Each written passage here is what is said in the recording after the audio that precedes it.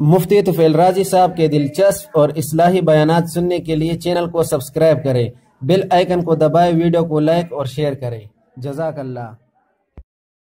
एक मसला है, वो ये है कि एक लड़की जो शादीशुदा है उसका सदक़ा फ़ितर यानी फितराना किसके ज़िम्मे, आया उसके वालिद के ज़िम्मे है या उसके शौहर के ज़िम्मे।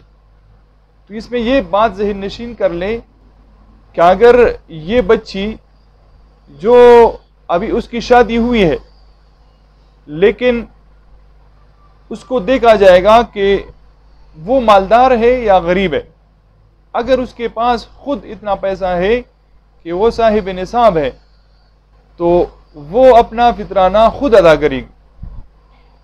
ये उस सूरत में जब ये बालिग हो।